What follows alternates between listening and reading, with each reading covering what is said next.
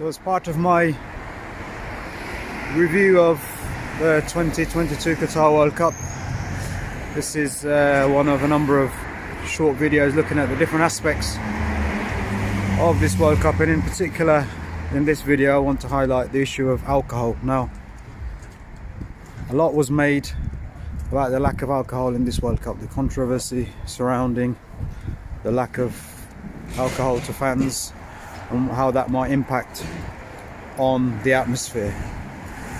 Just want to consider who it is that's pushing this agenda and who is telling us that without alcohol there will be no enjoyment, there will be no atmosphere. We know now that more than 1.7 million people attended this World Cup. The overwhelming majority of these people seem to have enjoyed the game, and they've made their views and feelings known. And yet, if you listen to our media, especially here in the UK, initially it was, well, you know, who's going to go to this World Cup because there'll be no booze? Well, that's not quite true, because there was booze. People who stayed in the hotels and the bars nearby all sold alcohol, and people were able to drink their heart's content, and there was no issues with that. The issue was that there will be no alcohol sold at the stadiums, and that's not a new phenomenon. It happens all over the place. It happens here in the UK, it happens in Spain, in France, in Scotland, and lots of other places.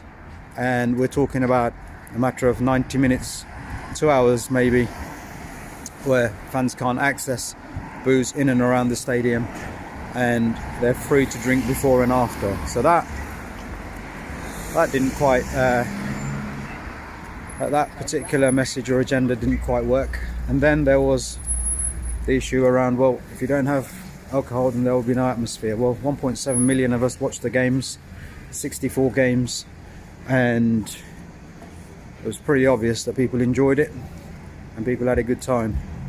And it makes you wonder whose agenda it was and who stands to benefit from people getting drunk and making a complete idiot of themselves.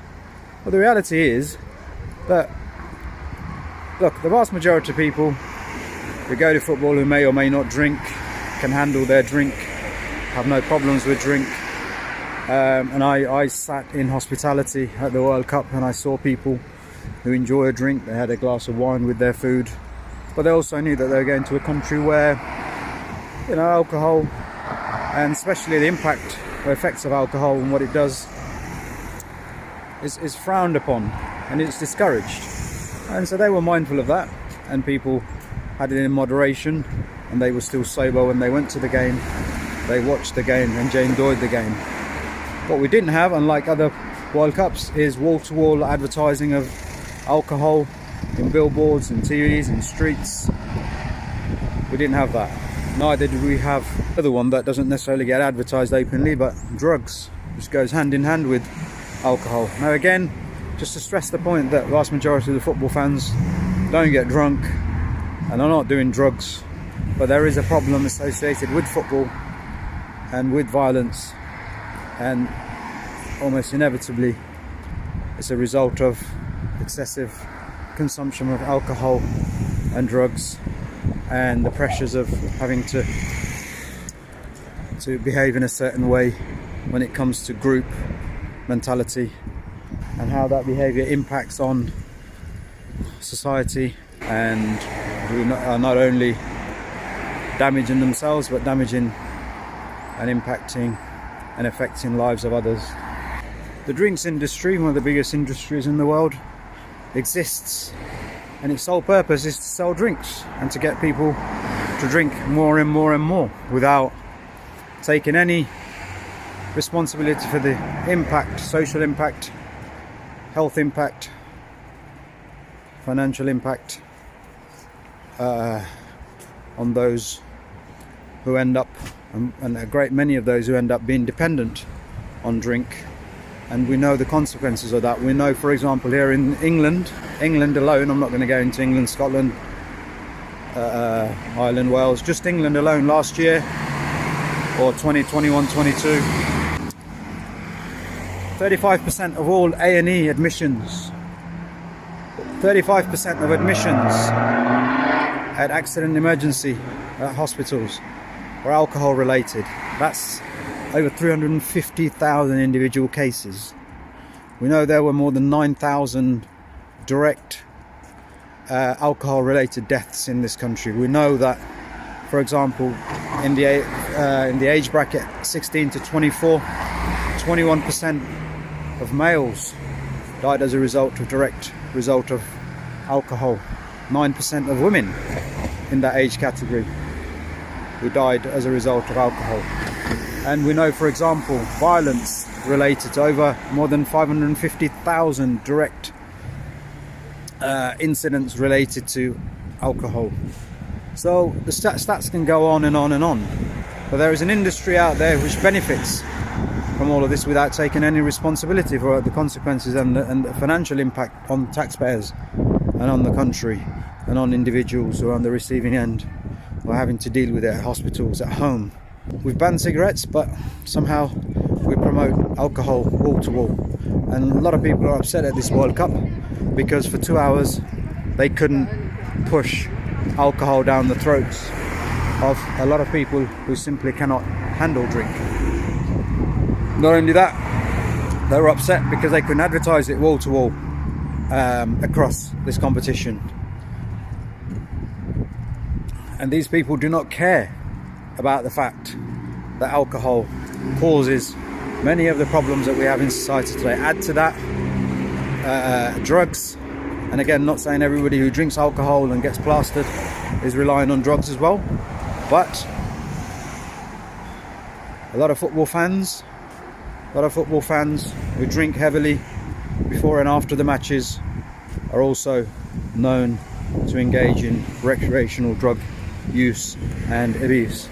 Add to that gambling, go hand in hand. Add to that prostitution.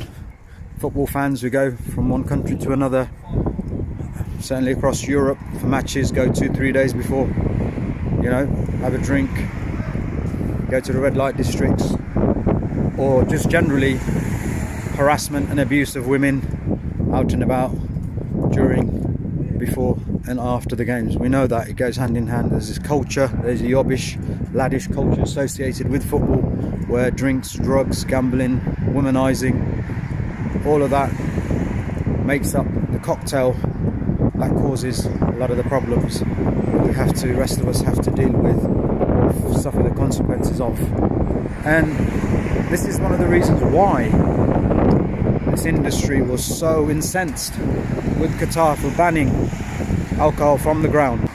We saw the media make a huge deal about it, about the fact that, people can't drink, they won't enjoy themselves, there'll be no atmosphere. Well, we had all of that. We had all the atmosphere, we had all the fun. People who, even those who drink, who decided actually they're going to try and limit how much they drink.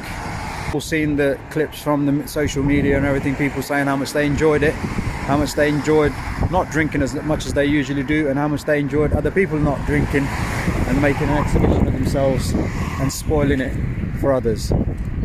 So there's a lesson and a message for future World Cups and future competitions, and we've got to, as a society, really need to look at, we spent so much time and money and promotions trying to get people to stop smoking in public and things like that, and yet alcohol we're promoting, advertising, encouraging, and the consequences and the impact, social impact, economic impact is so much greater.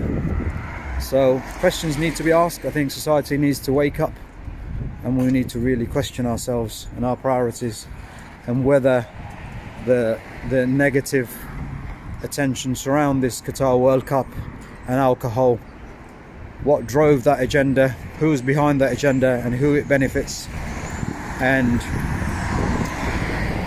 why, contrary to all the negativity, people managed to still enjoy a great World Cup, great football, sober, with memories they can bring back and keep with them for the rest of their lives. And that's the lesson, and that's the conversation we need to have openly amongst ourselves as a society, and ask the question, do we have a drink problem, and if we do, how do we deal with it? I hope you enjoyed this video. I'll come back to you again with another video at another time reviewing this World Cup Qatar 2022.